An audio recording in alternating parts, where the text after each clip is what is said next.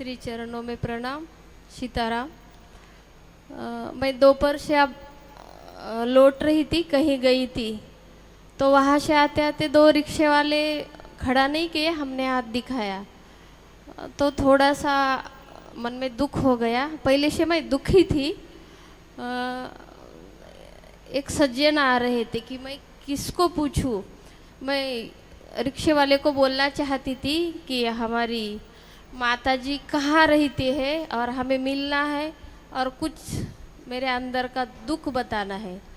तो पता नहीं अचानक पीछे से एक जवान महाराज जी आ गए।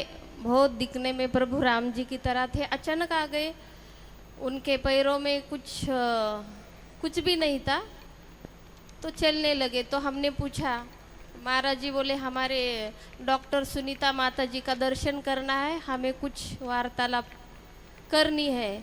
तो वो बोले माला जपते जपते जा रहे थे, मैं उधर ही जा रहा हूँ, बोले चलो। और यहाँ कनक महल आ गए और वो थोड़ा रुक गए। बोले माता जी कहाँ रहती हूँ? मैं बोली यही रहती हूँ। तो बोले आप क्या करो, बोले कि बड़ी छोटी छावनी पूछो, वहाँ कोई बताएगा।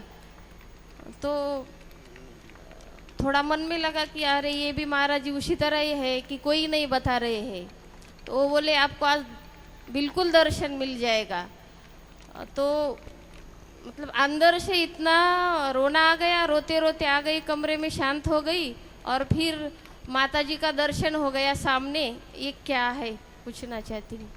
हाँ, ये तो आपके मन की जो वेदना थी, आपके मन में कोई कष्ट चल रहा था और आपकी भावना थी कि उनका दर्शन होना चाहिए, तो इसके ऊपर बहुत अधिक व्याख्यान करने की आवश्यकता ही नहीं है, क्योंकि आप आए हो धाम में, शिव कथा चल रही है और आप एक महात्मा के सन्यासी के शिष्य भी हो, स्वयं भगवान श्री कृष्ण विट्ठल के कीर्तन भजन करते हो।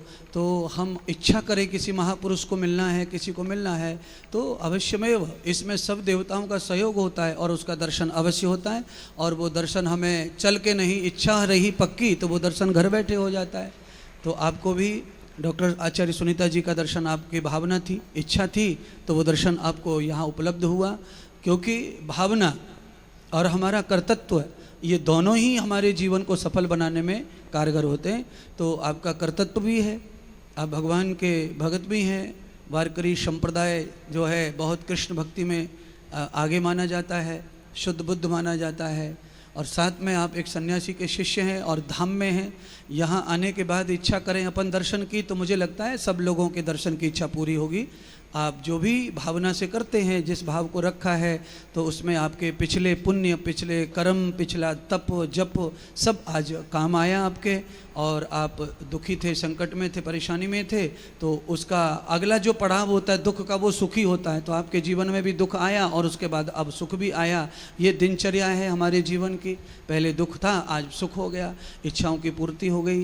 तो आज ये इच्छा पूरी हुई है, तो इसमें आपके ही पुण्य का, आपके ही जप तप का प्रभाव है और आपकी आकांक्षा इच्छा को भगवान ने पूरा किया है।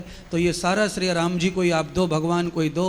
क्योंकि कोई संत महात्मा जो भी मिले मार्ग में, वो बस ऐसे राम जी की तरह आए और आपको कुछ कह के चले गए।